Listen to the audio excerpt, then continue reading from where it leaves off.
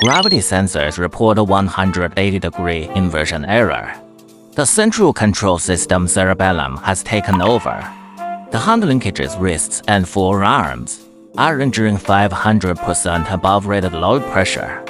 A pulse signal was detected during the jump, with airflow velocity at the cooling vent mouth peaking. Hydraulic cylinders deltoids show significant engorgement. The hardware architecture is remarkably rugged, but the algorithm is exceptionally robust, a rare case of performance overflow. Wait, this asset is executing a short squeeze operation.